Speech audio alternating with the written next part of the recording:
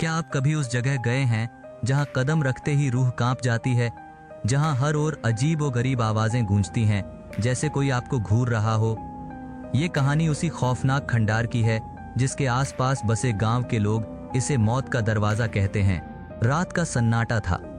हवा में अजीब सी ठंडक थी, जैसे कोई अदृश्य ताकत आसपास मंडरा रही हो।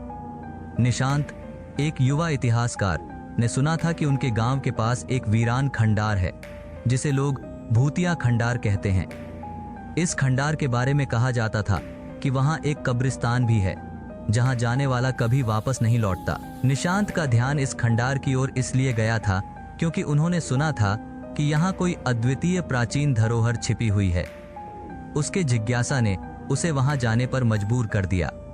वह मानता था कि विज्ञान और तर्क की दृष्टि से हर चीज का हल निकाला जा सकता है, लेकिन इस खंडार ने उसकी सोच को चुनौती दे डाली। एक शाम निशांत ने अपने दोस्तों को साथ लेकर उस खंडार में जाने का फैसला किया। उसके साथ उसके दो खास दोस्त थे, आदित्य और मेघा। दोनों ही उसके जैसे ही निडर थे और इस रहस्य को जानने के लिए उत्सुक थे। जैसे ही वे खंडार के करीब पहुंचे, उन्हें एक अजीब सी दबी दबी सी आवाज सुनाई देने लगी।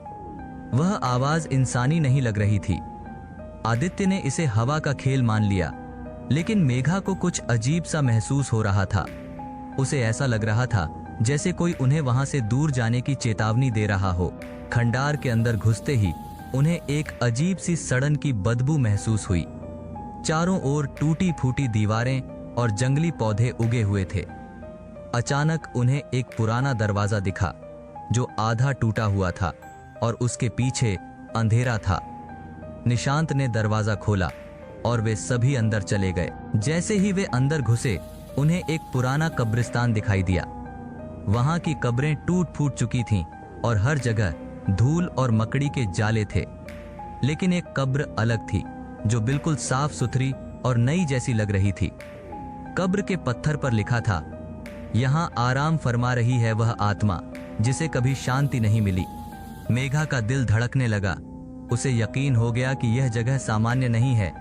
आदित्य ने मजाक में कहा, क्या लगता है इसे कौन साफ करता होगा, कोई भूत या फिर कोई भला इंसान? लेकिन निशांत को यह मजाक नहीं लगा। उसकी नजर उस कब्र के पास रखे एक पुराने ताले पर गई।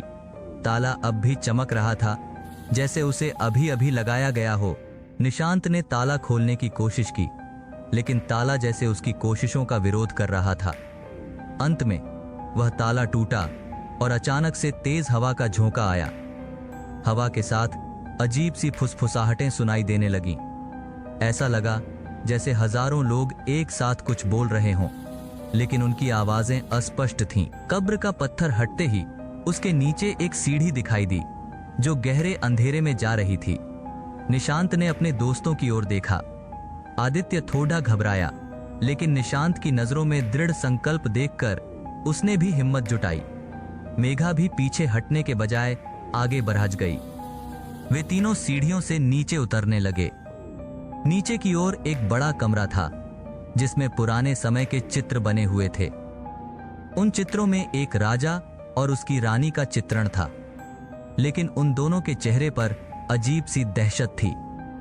कमरे के बीचों बीच एक बड़ा सा ताबूत रखा था जो देखने में ही भयानक लग रहा था। ताबूत के पास ही एक पुरानी किताब रखी थी। निशांत ने उस किताब को उठाया और उसे खोलते ही एक भयानक चीख की आवाज आई।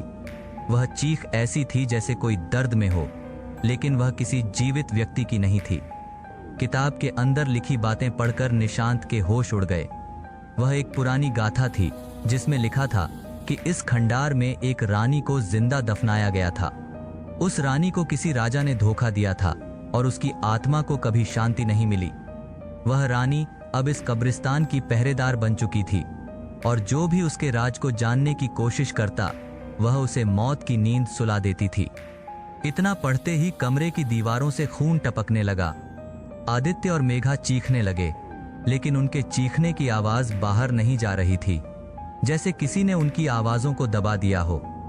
अचानक से ताबूत का ढक्कन खुला और उसमें से एक सफेद साया बाहर निकला। वह साया रानी का था, जिसकी आंखों में खून की लाली थी और चेहरे पर बदले की आग। रानी की आत्मा ने धीरे धीरे उनकी ओर बढ़ना शुरू किया। निशांत ने रानी को शांत करने की कोशिश की, लेकिन वह रुकी नहीं। उसकी आंखों से आंसू बह रहे थे और उसकी पीड़ा पूरे कमरे में गूंज रही थी। अचानक मेघा को कुछ याद आया। उसने उस किताब में पढ़ा था कि रानी की आत्मा को शांति तभी मिलेगी जब उसकी कहानी को दुनिया के सामने लाया जाएगा।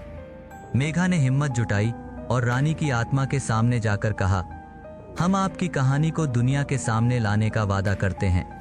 हम आपकी पीड़ा को सबके सामने रखेंगे ताकि आपको शांति मिल सके। रानी की आत्मा थोड़ी धीमी हो गई। उसकी आंखों से आंसू बहने लगे, लेकिन इस बार वे आंसू किसी दुख के नहीं बल्कि राहत के थे। अचानक से हवा थम गई और कमरे का वातावरण बदल गया। रानी की आत्मा ने निशांत, आदित्य और मेघा की ओर देखा और धीरे धीरे गायब हो गई। ताबूत वापस बंद हो गया और दीवारों से खून बहना बंद हो गया। तीनों ने एक दूसरे की ओर देखा। उनकी जान बच गई थी, लेकिन उन्होंने उस खंडार का रहस्य जान लिया था। निशांत ने कहा, हमें इस कहानी को दुनिया के सामने लाना होगा ताकि उस रानी की आत्मा को शांति मिल सके। वे तीनों वहां से बाहर निकले और वादा किया कि वे इस रहस्य को दुनिया के सामने लाएंगे ताकि उस वीरान कब्रिस्तान का रहस्य हमेशा के लिए खुल जाए। क्या आपको लगता है कि कोई आत्मा सिर्फ बदले की आग में जल सकती है, या फिर उसे शांति भी मिल सकती है अगर उसकी कहानी को सही तरीके से बताया जाए? इस खंडार का रहस्य तो हमने जान लिया, लेकिन कौन जानता है कि इस दुनिया में और कितनी ऐसी कहानियां दबी पड़ी हैं जिनकी परतें अभी खुलनी बाकी हैं।